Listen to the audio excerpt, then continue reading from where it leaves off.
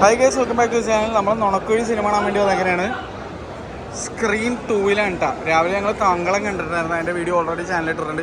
ഇന്നലെ സ്ത്രീ 2 കണ്ടിട്ടുണ്ടായിരുന്നു, അതും ചാനലിട്ടിട്ടുണ്ട്. ഇതെന്താണ് ഇത്? മറ്റേ സ്നോ വേൾഡാ? ലിൻഡോ ചേട്ടൻ കാണുമ്പോൾ അവസ്ഥ ഓക്കേടാ. അപ്പൊ വാട കണ്ടിട്ട് വാ. സ്ക്രീൻ 2-ലാണ് കേട്ടോ നുണക്കുഴി. രാവിലെ സ്ക്രീൻ 1-ലായിരുന്നു. Nunakkuzhi by Jeethu Joseph and Basil Joseph team. പറയാൻ തന്നെ രസമില്ലേ? സിനിമ തുടങ്ങി ഇങ്ങനെ പോയി കുറച്ച് നേരം കഴിഞ്ഞപ്പോൾ ഞാൻ വിചാരിച്ചു, ഇത് സീനാവോ എന്നൊക്കെ ഇങ്ങനെ വിചാരിച്ചിരിക്കുമ്പോൾ ഓരോരുത്തരായിട്ട് ഇങ്ങനെ വരാൻ തുടങ്ങി കാസ്റ്റിലേക്ക്. സിദ്ദിഖിക്ക, മനോജ് കെ ജയൻ, ബൈജു ചേട്ടൻ, അൽത്താഫ്, നികിത മേമനിലൊക്കെ ആദ്യം വരുന്നുണ്ട്. ലെന ചെറിയ റോൾ ഇതൊക്കെ ആയിട്ട്. ഒയ്യോ, ഞാൻ വിചാരിച്ച പോലെ ആയിരുന്നില്ല പടം ആക്ച്വലി കേട്ടാ. എനിക്ക് ജീത്തു ജോസഫിൻ്റെ ഇതുവരെ ഡയറക്റ്റ് ചെയ്ത 17 സിനിമകളിൽ ഒറ്റൊരു സിനിമ എനിക്ക് ഇഷ്ടമല്ലാതെ ഉള്ളൂ. അത് മിസ്റ്റർ ആൻഡ് മിസ്സസ് റൗഡി എന്ന് പറഞ്ഞ സിനിമയാണ്. എനിക്ക് അത് ഒട്ടും ഇഷ്ടമില്ലാത്തൊരു സിനിമയാണ്. അപ്പോൾ അതുപോലെ ആവരുത് എന്ന് മാത്രമേ എനിക്കൊരു ആഗ്രഹം ഉണ്ടായിരുന്നുള്ളൂ. അത് നിറവേറി. ഈ സിനിമ ഫാമിലി ഓഡിയൻസിന് എന്തായാലും നല്ലപോലെ ഇഷ്ടപ്പെടാനുള്ള ചാൻസ് ഉണ്ട്. ഒരുപാട് ചിരിക്കാനുണ്ട്. ബേസിലിൻ്റെ ആ ഒരു ക്വാളിറ്റി മെയിൻറ്റെയിൻ ചെയ്യുന്നുണ്ട്. ബേസിൽ ഏത് സിനിമയിൽ വന്നാലും നമുക്ക് ചിരിക്കാനുള്ള വക ബേസിലിൻ്റെ വക ഉണ്ടാവും. നികിത മേനോനിൽ വലിയ മാറ്റമൊന്നുമില്ല. ഭയങ്കര റെപ്പറ്റേറ്റീവ് ആയിട്ടുള്ള ഒരു ടൈപ്പ് ഓഫ് റോളായിട്ടേ എനിക്ക് ഫീൽ ചെയ്തുള്ളൂ. പക്ഷേ ഇതിനകത്ത് താരാരെന്ന് വെച്ച് കഴിഞ്ഞാൽ ബൈജു ചേട്ടനാണ്. സിദ്ദിഖിക്ക് പിന്നെ അറിയാലോ, ക്ലേ. ഞാൻ എപ്പോഴും പറയാറുണ്ട്, പുള്ളിനെ ഞാൻ വിശേഷിപ്പിക്കുന്നത് ക്ലേ ആയിട്ടാണ്. എന്ത് രൂപത്തിലേക്കും പുള്ളി മാറി അഭിനയിക്കാൻ കെൽപ്പുള്ളൊരു മഹാനടന്മാരിൽ മുന്നിൽ നിൽക്കുന്ന ആളാണ് ഇപ്പോഴത്തെ ഒരു ഇത് വെച്ച് നോക്കുമ്പോൾ. കാരണം വില്ലൻ, നായകൻ, കോമഡി, എന്തും, അച്ഛൻ, അപ്പൂപ്പൻ, എന്തും ചെയ്യും. പുള്ളിക്ക് ചെയ്യാൻ പറ്റായിട്ടുള്ള ഒരു റോൾ ഇല്ല എന്ന് പറഞ്ഞു. പുള്ളി മലയാള സിനിമയിൽ ഇനി എന്തെങ്കിലും ചെയ്യാൻ ബാക്കിയുണ്ടോ എന്ന് എനിക്കറിയില്ല. എല്ലാ തരവും ചെയ്തിട്ടുണ്ട്, എല്ലാ തരവും റോൾ ചെയ്തിട്ടുണ്ട്. എനിക്കറിയില്ല ഇനി എന്തെങ്കിലും റോള് ബാക്കി ഉണ്ടോ സിദ്ദിഖിക്കൊക്കെ ചെയ്യാന്നുള്ളത്. ഹീസ് എ പെർഫെക്ഷനിസ്റ്റ്, ഒരു രക്ഷയില്ല. കിടിലൻ ആക്ടിങ് ആയിരിക്കും എല്ലാ സിനിമയിലും. ഇതിൽ ബൈജു ചേട്ടൻ, എൻ്റെ പൊന്നോ, പുള്ളി എപ്പോഴൊക്കെ വരുന്നോ പുള്ളിയുടെ ഒരു ടൈപ്പ് ഓഫ് ആ ഒരു ഡയലോഗ് ഡെലിവറിയും പറയുന്ന ബൈച്ചറിൻ്റെ ഡയലോഗ്സൊക്കെ എൻ്റെ പൊന്നി വെറുതെ സീനാണ്. പുള്ളി അത് പറയുമ്പോൾ തന്നെ നമ്മൾ ചിരിക്കും. അതിൻ്റെ ഇടയിൽ കൂടെ ബേസിലെ കൗണ്ടറും അടിപൊളിയായിരുന്നു. അതേപോലെ എനിക്ക് ഭയങ്കര സന്തോഷം തോന്നിയൊരു കാര്യം, ഇതിനകത്ത് മനോജ് കെ ജയന് ഒരു അടിപൊളി റോൾ ഇട്ടിട്ടുണ്ട്. അതും മനോജ് കെ ജയൻ അടിപൊളിയായിട്ട് ചെയ്തിട്ടുണ്ട്. മനോജ് കെ ജയൻ്റെ സഹായിയായിട്ട് നമ്മുടെ അസീസ് നെടുമങ്ങാടുണ്ട്. പുള്ളിക്കാരൻ നന്നായിട്ട് തന്നെ ചെയ്തിട്ടുണ്ട്. അങ്ങനെ നമ്മുടെ ബൈച്ചറിൻ്റെ സഹായമായിട്ട് അസീസ് നെടുമങ്ങാട്, നമ്മുടെ വിജുമേനോന്ന് വല്ലോ, നമ്മുടെ മനോജ് കെ ജയൻ്റെ സഹായിയായിട്ട് നമ്മുടെ ബിനു പപ്പുവാണ്, പപ്പുചേട്ടൻ്റെ മോനാണ്. എല്ലാവരും നല്ല രസമാണ്, ഭയങ്കര രസമാണ്. ഇതത് ഒരു രസമുള്ളൊരു പടമായിരുന്നു. അന്ന് ഒരു ചെറിയ പ്ലോട്ടാണ്, ഭയങ്കര ചെറിയ പ്ലോട്ട്. ഗ്രേസ് ആൻ്റണിയാണ് ഇതിനകത്ത് മറ്റൊരു ലീഡ് ആക്ട്രസ് ആയിട്ടുള്ളത്. ഗ്രേസും കൊടുത്തിരിക്കുന്ന റോള് നന്നായിട്ട് ചെയ്തിട്ടുണ്ട്. ഗ്രേസിന് പക്ഷെ ഒരുപാട് ചെയ്യാനുണ്ടായിരുന്നില്ല, പക്ഷെ ആ ഉള്ള സാധനം അടിപൊളിയാണ്. ഈ എവിടെയൊക്കെ എനിക്ക് ഗ്രേസിനെ കാണുമ്പോൾ പഴയ കൽപ്പന ചേച്ചീനെ അല്ലെങ്കിൽ ഉർവശി ചേച്ചീനെ ഓർമ്മ വരും. കാരണം ഒരുപോലെ സീരിയസ് ആയിട്ടുള്ള റോളും കോമിക്കൽ ടൈപ്പ് റോളും ചെയ്യാൻ പറ്റുന്ന ടൈപ്പ് ഓഫ് നടിയായിട്ട്.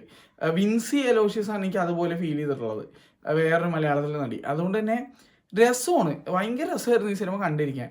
പക്ഷേ ഇതൊരു തിയേറ്റർ ഡിമാൻഡ് ഉള്ള മൂവിയാണോ എന്ന് വെച്ച് കഴിഞ്ഞാൽ ഇറ്റ് ഡിപ്പെൻസ്. ഇപ്പം എനിക്കിത് തിയേറ്ററിൽ പോയി കണ്ടു കഴിഞ്ഞാൽ എനിക്ക് ഒരു കുഴപ്പം തോന്നിയില്ല. കാരണം വെച്ച് കഴിഞ്ഞാൽ എൻ്റെ കൂടിയിരുന്ന ഓഡിയൻസും ഞങ്ങളെപ്പോലെ തന്നെ ഒരുപോലെ തന്നെ ആസ്വദിക്കുകയുണ്ടായി. ശരിക്കും പറഞ്ഞാൽ എൻ്റെ വൈഫ് ഭയങ്കരമായിട്ട് എൻജോയ് ചെയ്തു. അവൾ ചിരിയോട് ചിരിയായിരുന്നു. അവൾക്ക് ഇങ്ങനത്തെ സിനിമകൾ ഭയങ്കര ഇഷ്ടമാണ്.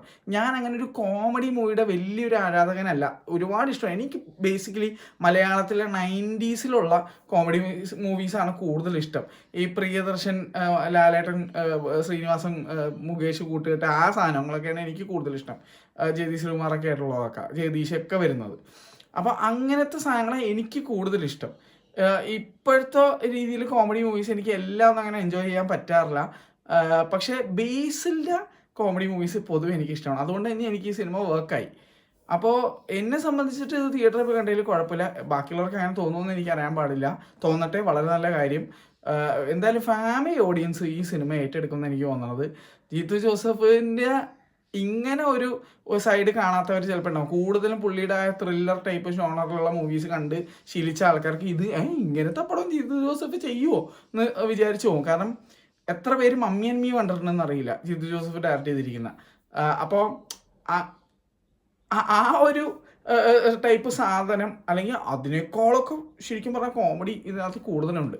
പിന്നെ ഞാൻ പറഞ്ഞില്ലേ, ബേസിലിൻ്റെ കയ്യിൽ കോമഡി ഭദ്രമാണ്. അതുകൊണ്ട് തന്നെ ഇത് മൊത്തത്തിൽ ഒരു എവിടെയൊക്കെയോ എനിക്ക് പഴയ പ്രിയദർശൻ്റെ കുറേ സിനിമകൾ ഈ വെട്ടത്തിലൊക്കെ പോലെ, അതായത് ചെറിയ പ്ലോട്ടായിരിക്കും പക്ഷെ കുറേ ക്യാരക്ടേഴ്സ് വന്ന് ഇവിടെ അവിടെയൊക്കെ ഒരു മിക്സായി ഇതായി മൊത്തം അവസാനം ഈ സ്ക്രിപ്റ്റ് എഴുതിയ ആളെ നമ്മൾ നമിച്ചു പോകും. ആ രീതിയിലാണ് സ്ക്രിപ്റ്റ് എഴുതി വെച്ചിരിക്കുന്നത്. ഇപ്പോഴത്തെ സ്ക്രിപ്റ്റ് ആര് എഴുതിയെന്ന് എനിക്കറിയില്ല, ജീത്തു ജോസഫ് തന്നെയാണോ എന്നുള്ളത് എനിക്കറിയില്ല. എന്തായാലും അടിപൊളിയായിട്ട് അത് എഴുതിയിട്ടുണ്ട്. കാരണം വെച്ച് കഴിഞ്ഞാൽ കുറച്ച് കഴിയുമ്പോൾ നമ്മളിങ്ങനെ എന്നാവും. കാരണം കുഴഞ്ഞ് മറിഞ്ഞ് മിക്സായി അവിടെ എല്ലാ ക്യാരക്ടേഴ്സും കൂടെയൊക്കെ വന്നിട്ടേ ഭയങ്കര വിറ്റാണ്. പിന്നെ നമ്മുടെ ഷൈജു കുറിപ്പുണ്ട് ഇതിനകത്ത്. എല്ലാവരും നല്ല രസമാണ്. പിന്നെ ഒരാൾ മാത്രമേ ഇതിനകത്ത് കുറച്ച് ടൈപ്പ് കാസ്റ്റ് റോളിലായിപ്പോയി എന്ന് എനിക്ക് ഫീൽ ചെയ്ത്.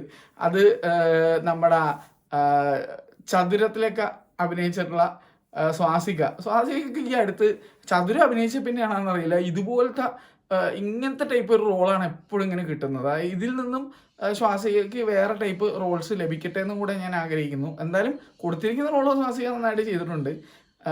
അതൊക്കെ ആരാണ് എന്താണെന്ന് ഞാൻ പറയാനുള്ള, അയാളുടെ റോൾ എന്താണെന്ന് പറയാനുള്ള, അതൊക്കെ നിങ്ങൾക്ക് ചെറിയൊരു സസ്പെൻസായി ഇരുന്നോട്ടെ എന്ന് വിചാരിച്ചിട്ടാണ്. അയ്യോ അങ്ങനെ രസമുള്ളൊരു പടം ഇവിടെ എനിക്ക് അങ്ങനെ ഫീൽ ചെയ്യാം. നല്ല രസമായിട്ടുള്ളൊരു സിനിമ, തിയേറ്ററിൽ പോയി എൻജോയ് ചെയ്യാൻ പറ്റുന്ന ഒരു ടൈപ്പ് പടം. ഇതൊരു മാസ് പടം അങ്ങനെയൊന്നുമല്ല, ഒരു ലൈറ്റ് ആയിട്ടുള്ള ഫുൾ ഓൺ കോമഡി ആയിട്ടുള്ളൊരു സിനിമ. ഈ കോമഡി സിനിമകൾ എൻജോയ് ചെയ്യുന്ന ഫാമിലി ഓഡിയൻസ് തീർച്ചയായിട്ടും ഈ സിനിമ ഏറ്റെടുക്കും, അതെനിക്ക് ഉറപ്പാണ്.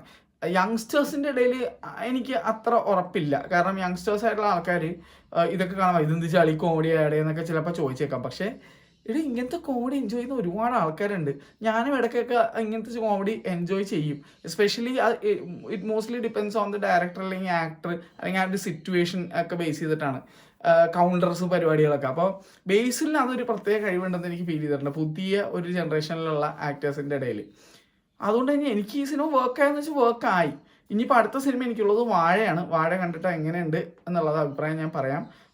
കുറച്ച് എനിക്ക് തൊട്ടടുത്ത് തന്നെ ഒരു ഷോ ഉണ്ടായിരുന്നു 3:45 അപ്പോൾ അത് മിസ്സായി എനിക്ക്. അപ്പോൾ ഞാനാണെങ്കിൽ അതിൻ്റെ നല്ലൊരു സീറ്റ് ഞാൻ ആക്ച്വലി ബുക്ക് ചെയ്തെന്ന് വിചാരിച്ചിട്ട് ഞാൻ ഉറപ്പിച്ചിരിക്കണമായിരുന്നു. ഞാൻ പേയ്മെൻറ്റ് ചെയ്യാൻ വിട്ടുപോയി.